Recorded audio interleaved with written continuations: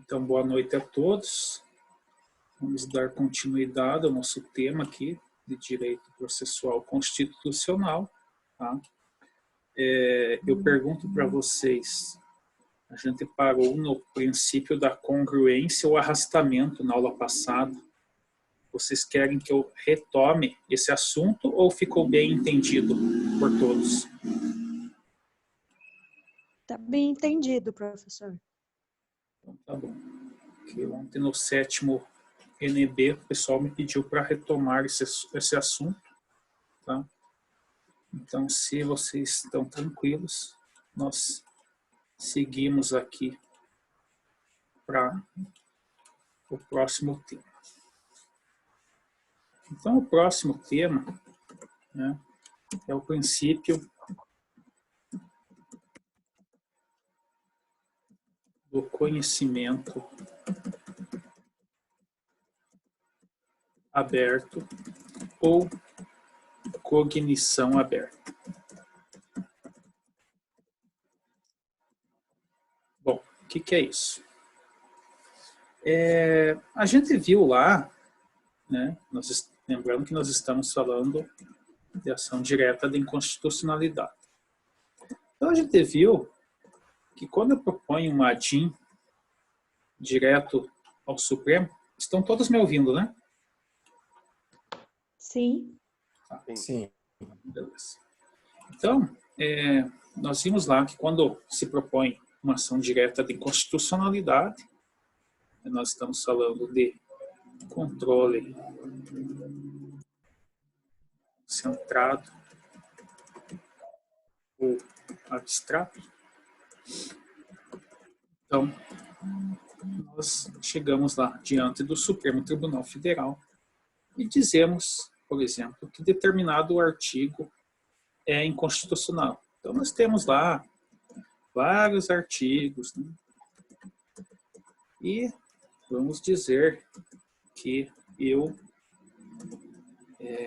chego lá para o Supremo e alego, faço um pedido, né? Digamos que eu sou legitimado, e eu peço ao Supremo que declare o artigo 2º como inconstitucional. O que ocorre? Ocorre o seguinte, se fosse, né, um processo, né, como ocorre no direito processual civil, eu estaria limitado, inclusive estaria limitando o juiz à minha famosa causa de pedir. Tá? O que é a causa de pedir? Lá no processo civil, se eu peço que o juiz se posicione referente a determinado artigo, tá? O juiz ele fica vinculado à minha causa de pedir. Ele não pode analisar o resto. Aqui não ocorre isso. Tá? Então, aqui no direito processual constitucional, o juiz, o STF, não está limitado à causa de pedir.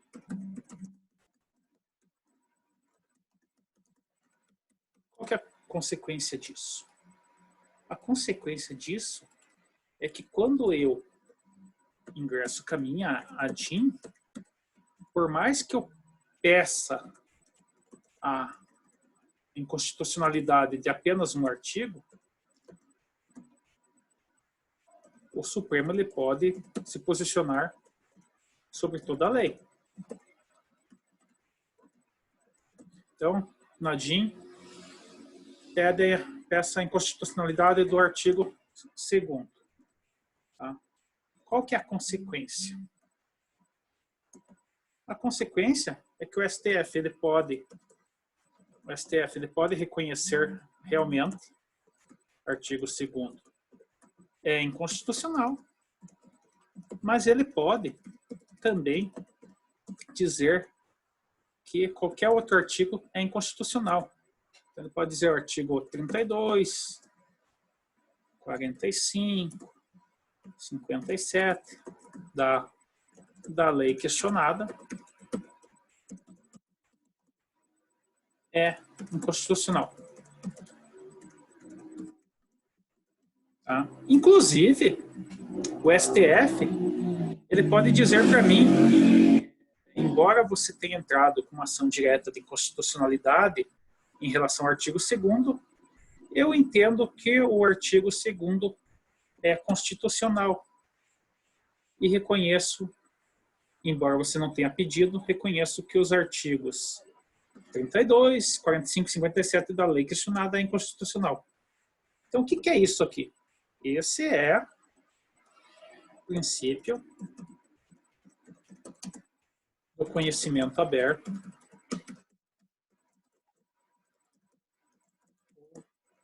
cognição aberta, em que pese o quê? Em que pese uma consequência diversa da regra geral dos processos, né? Então, geralmente, o processo, né, vocês têm lá que o juiz é vinculado aos pedidos, tá? Então, a regra geral, num processo comum, é que o juiz ele não pode dar uma decisão, uma sentença, um acórdão diverso daquilo que foi pedido, né? O juiz deve se ater, em regra, àquilo que foi pedido, a julgar aquilo que foi pedido, tá? Então, muitas vezes, se o advogado come bola, né, e não pede determinada coisa, ele acaba percebendo isso depois na sentença, tá?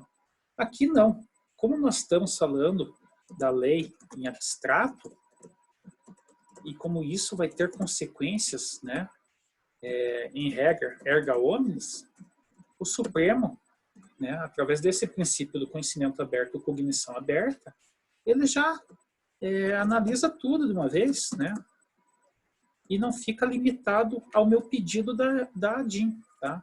Então, digamos, ele é ilimitado, né? Ele não fica preso à inconstitucionalidade alegada. De modo que, se eu peço que o Supremo declare o artigo 2º de determinada lei inconstitucional, o Supremo pode dizer que concorda comigo, pode dizer que não concorda comigo, e ainda ele pode analisar o resto de toda a lei e entender mais alguns artigos, parágrafos, incisos, enfim, como inconstitucionais. Então, essa é a ideia. Então, a ideia é de dizer que o juiz natural da causa, né, o STF, ele não está preso à causa de pedir. Ou seja, não está preso à ADIM proposta. Deu para entender, pessoal? Deu sim. Tranquilo? Alguém ficou com dúvida? Não? Essa turma vai tirar 10 na prova, quero só ver. Vamos lá. Bom, dito isso, se não há dúvidas, nós vamos para o nosso próximo probleminha. Se chama o efeito dúplice ou ambivalente no controle de constitucionalidade. O que é isso? Eu peço a vocês que abram a lei 9.868 de 1999, por gentileza. Abram lá, que eu vou abrir aqui. Nós vamos trabalhar essa lei, a qual regula a questão, né? Essa lei, ela regulamento como que se procede a ação direta de inconstitucionalidade e a ação declaratória de constitucionalidade. Bom, aí eu vou pedir que os senhores e senhoras vão lá no artigo 24, ou melhor, deixa eu copiar aqui. Vou copiar aqui e vou mostrar para vocês o problema que nós vamos enfrentar. Bom, artigo, acho que fica mais fácil colocando aquilo que vocês indo lá. Bom, artigo 24. Artigo 24 diz o seguinte: proclamada a constitucionalidade, julgar-se-á improcedente a ação direta ou procedente eventual ação declaratória. O que é isso? Esse artigo 24, ele está me dizendo que se eu tiver uma ADIM, né, a ADIM, eu estou pedindo a inconstitucionalidade. Se algo é declarado inconstitucional, né, qual é a consequência? Se algo é declarado inconstitucional, evidentemente, não pode ser constitucional. Evidente. Mas a ADIM, ela pode também não ser reconhecida. Então, a ADIM, ela pode não ser reconhecida e o Supremo dizer, olha, o que vocês estão pedindo para ser declarado inconstitucional, na verdade, eu acho que é constitucional. Eu acho não, né? Eu decido que é constitucional. Ou seja, se é constitucional, não pode ser inconstitucional. E da mesma forma vai funcionar na ação declaratória de constituição, na ação declaratória de constitucionalidade, né? Se eu declaro que algo é constitucional,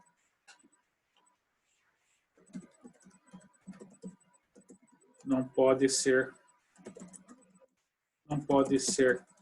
inconstitucional e vice-versa, né? Da mesma forma, se o Supremo, numa ação declaratória de constitucionalidade, diz não reconheço como constitucional, essa lei é inconstitucional, eu vou ter qual efeito? Vou ter o efeito sempre inverso, né? Então, não pode ser constitucional. Ou seja, esse é o efeito dúplice ou ambivalente, né? Uma coisa exclui a outra, tá? Então, qual que é a ideia aqui, pessoal? A ideia é que uma vez que eu vejo essa questão de constitucionalidade, é como se eu tivesse o sinal, um sinal de mais ou menos. Então, digamos assim, a ADIM seria a nossa ação negativa, tá? E a ação direta de constitucionalidade seria a nossa ação positiva. Só que uma exclui a outra. Ou seja, se eu tenho uma ADIM que a proposta dela é declarar algo inconstitucional, se ela for reconhecida, né, que determinada lei é inconstitucional, ela, ao mesmo tempo, não pode ser constitucional. Tá? Vamos voltar àquele exemplo que eu tinha falado da Lei Maria da Penha. Tá? Então, teve lá, né, a Lei Maria da Penha. A Lei Maria da Penha foi questionada, né? Foram diante do Supremo, através de uma ação declaratória de constitucional, pedindo ao Supremo, olha, Supremo Tribunal Federal, está tendo muita divergência nos julgados, tem juízes que estão dizendo, no caso concreto, que a Lei Maria da Penha ela é inconstitucional porque ela fere princípios de garantias e de isonomia entre homens e mulheres, e a Lei Maria da Penha vem, na verdade, para reconhecer essa violência física, psicológica, financeira, enfim, todo tipo de violência, no sentido de que o homem gênero, né, se impõe sobre a mulher. Tá? Então, tinha juízes lá que diziam que havia constitucionalidade da lei e outros decidiam que era inconstitucional. Aí se provocou, né, no caso concreto, né, de forma abstrata, se provocou o STF para ele se posicionar se toda a Lei Maria da Penha era constitucional ou não. E o Supremo disse, a Lei Maria da Penha é constitucional sim. Tá? Então, quando o Supremo Tribunal Federal declarou que a Lei Maria da Penha é constitucional, ao mesmo tempo, né, pelo efeito dúplice ou ambivalente, ele diz, se a Lei Maria da Penha é constitucional, ela não pode ser inconstitucional. Ou seja, o Supremo está dizendo assim, alguém já me questionou a constitucionalidade da lei. Tá? Então, o Supremo está dizendo assim, eu já disse que é constitucional através de uma ação direta, declaratória de constitucionalidade. Portanto, não me venham com uma nova ação direta de inconstitucionalidade, querendo um novo julgamento sobre algo que eu já falei. Esse é o efeito dúplice, tá?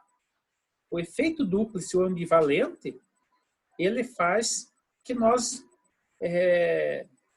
digamos assim, tenhamos uma lógica no sistema e poupemos tempo de discutir casos em abstrato que já foram julgados, né?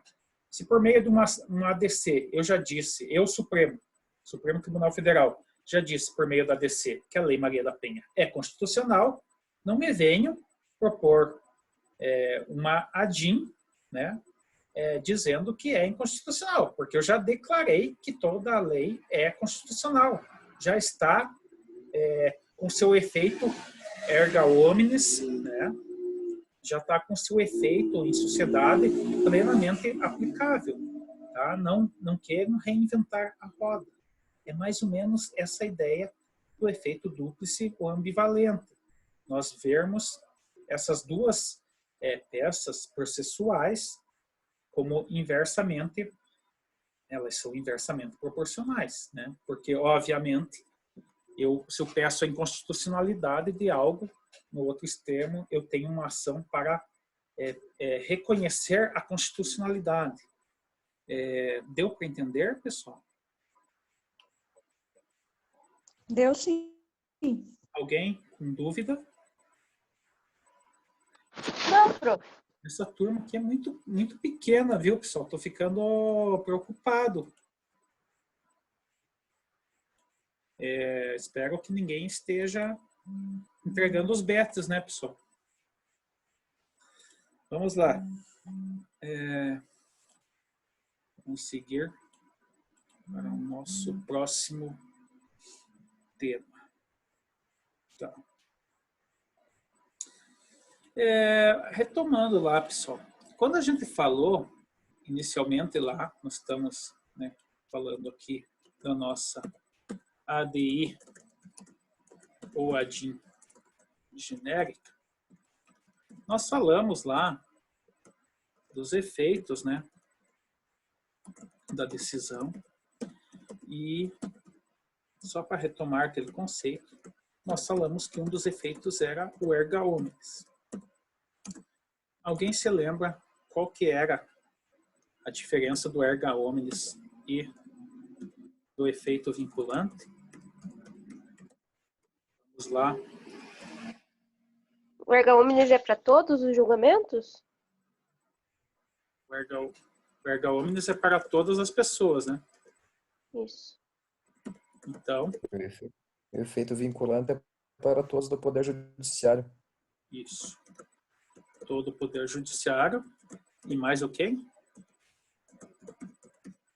Mais um ente aqui. Todo o Poder Judiciário e Administração. toda a administração pública. Então, olhando aqui, pessoal, qual que é mais amplo? O erga omnes, né? Então, o erga omnes é mais amplo. Concorda? Se é para Sim. todos, né? Sim.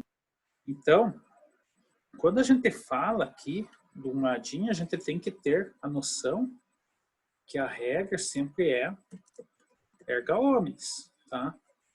Então, vejam a importância, né, da matéria que a gente está estudando, né? A gente está tendo uma concepção, né, que uma decisão do MADIM, isso aqui vai gerar efeitos, né, muito mais sérios do que o mero efeito vinculante, né, porque eu estou dando uma interpretação a todo o sistema constitucional, né? Então, quando se leva um dispositivo, né, lembrando aqui, né, que a nossa ADIM, ela pode ser objeto de norma ou lei federal ou estadual, né? Não pode municipal. Então, quando eu levo um questionamento em abstrato de uma normativa federal ou estadual, eu, na verdade, eu estou desencadeando uma decisão para todo o sistema, tá? Então, o controle concentrado ou abstrato, ele é muito mais importante para o funcionamento, né, do meu direito constitucional e apaziguar as divergências dentro do país, tá? Porque aqui uma decisão, né, já em sede de STF, e isso vai dar diretrizes para todo o sistema normativo e vai evitar que eu tenha aberrações jurídicas lá, né, no juiz de primeira instância lá, onde às vezes a gente vê algumas sentenças absurdas que às vezes você pode ser um estudante de primeiro ano de direito, se depara com uma decisão absurda e você começa a questionar como que um juiz, né, dá uma decisão naquele extremismo, né? Então, aí está a importância do nosso controle concentrado ou abstrato. Dito isso, nós vamos entrar num tema polêmico, tá? E esse tema aqui, ele é interessantíssimo, pessoal, tá? Esse tema aqui dá para vocês escreverem artigo científico, dá para vocês escreverem TCC, dá para vocês publicarem livros. Então, é a modulação ou manipulação dos efeitos da decisão obtida. Caiu gente aqui. Obtida em controle de constitucionalidade. Só o nome já assusta, né, Larissa?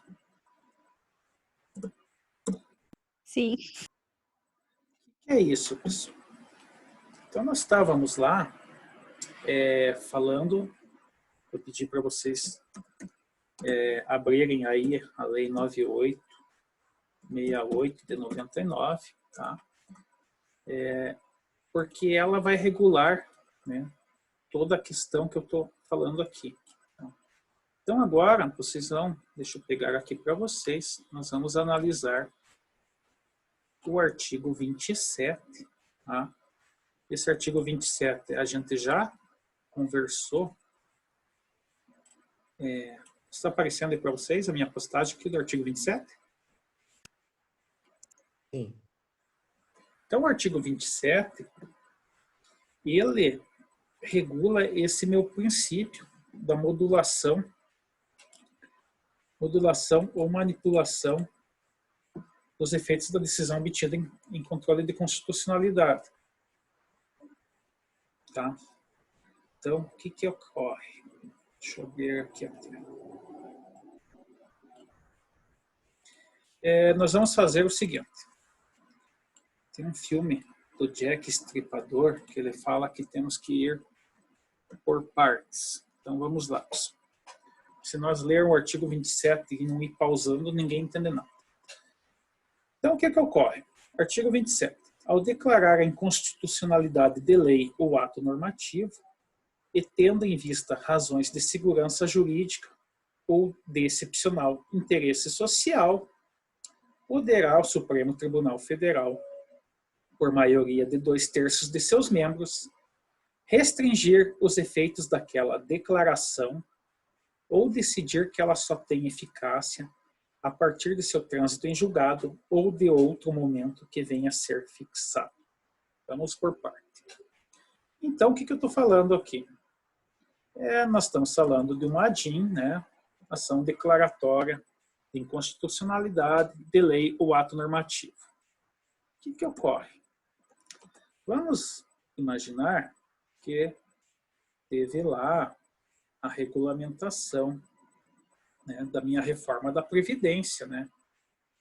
E, evidentemente, a regulamentação, ela vem, como eu falo, de uma emenda constitucional. Quando eu falo em regulamentação da minha lei de reforma da Previdência, ela vem através, pode vir através de uma lei complementar, tá? Então, ou de uma lei ordinária. Vamos dizer que teve uma lei federal, né, e regulamentou a reforma da Previdência. Beleza. Ocorre que, vamos imaginar que algum desses artigos sejam questionados por uma ação direta de inconstitucionalidade, dizendo que determinados artigos são inconstitucionais, beleza. E o Supremo vai ter que analisar se são ou não são. Pois bem, qual que é o problema disso? O problema de ocorrer isso é que se o Supremo Tribunal Federal declarar que é inconstitucional, né, eu, utilizando da regra geral, o efeito, né, seria erga omnes, então, para todas as pessoas, e a outra regra é ex tunc, ou seja, retroage ao início da vigência da minha lei. Beleza. Então, vamos dizer aqui que essa lei, a reforma foi em novembro de 2019. Vamos imaginar que essa lei tivesse saída regulamentando em dezembro de 2019. Tá? E a minha ADIM ocorre hoje, abril de 2020. Se o Supremo reconhecer essa inconstitucionalidade, pela regra geral, ele teria efeitos, né, para todos a partir de dezembro de 2019, né? Ou seja, onde entrou em vigor essa lei.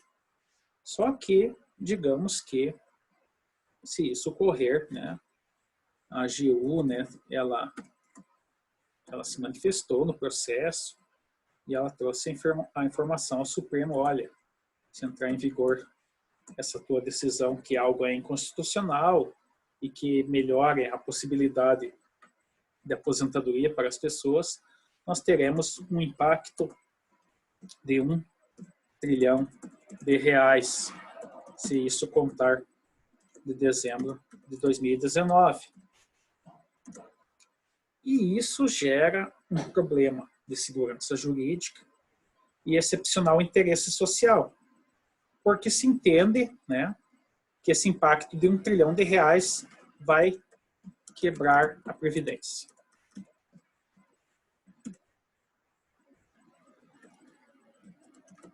Então, a partir dessa ideia de quebra da Previdência, né, nós estamos aqui tentando criar um caso concreto, tá, pessoal? Isso aqui vai valer para outras situações, mas vamos pensar aqui na Previdência que fica mais fácil. A partir disso, o que se concebe? Se concebe a modulação dos efeitos da decisão. O que é essa modulação? A modulação nada mais é que eu, Supremo Tribunal Federal, posso fugir da minha regra aqui, do erga omnes e do ex tunc. Tá? Eu não preciso seguir isso, porque eu posso modular os efeitos da decisão e eu, Supremo, posso dizer que a minha decisão ela vai valer ou, né, vai valer a partir da decisão, né? Então, a partir da decisão seria ex nunc. Então, a decisão, vamos dizer que ela transita em julgado em maio de 2020.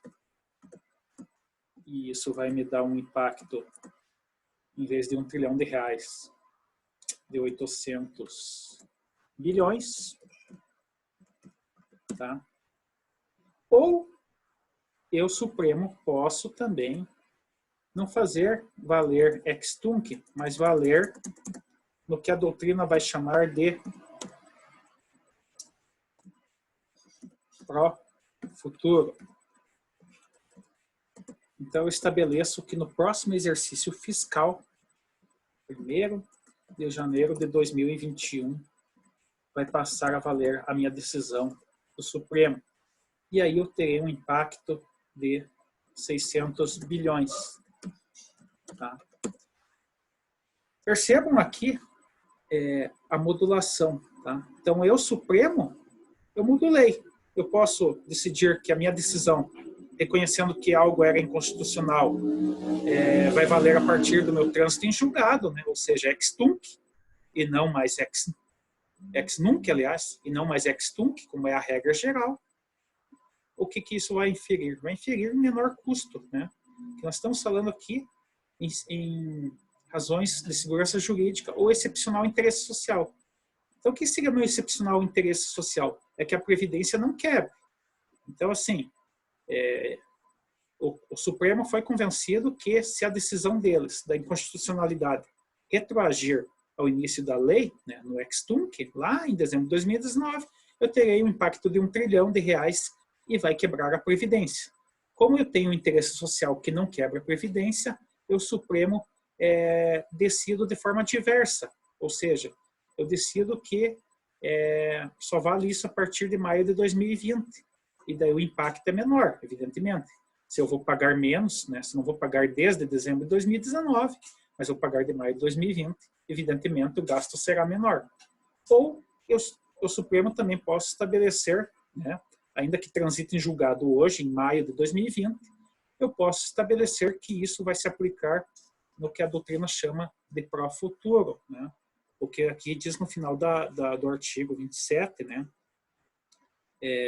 Restringir os efeitos daquela declaração ou decidir que ela só tem eficácia a partir do seu trânsito em julgado, ex nunc, ou de outro momento que venha a ser fixado.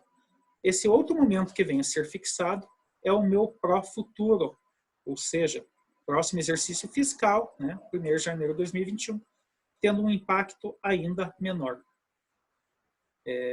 Ficou confuso, pessoal? Ou deu para pegar a ideia?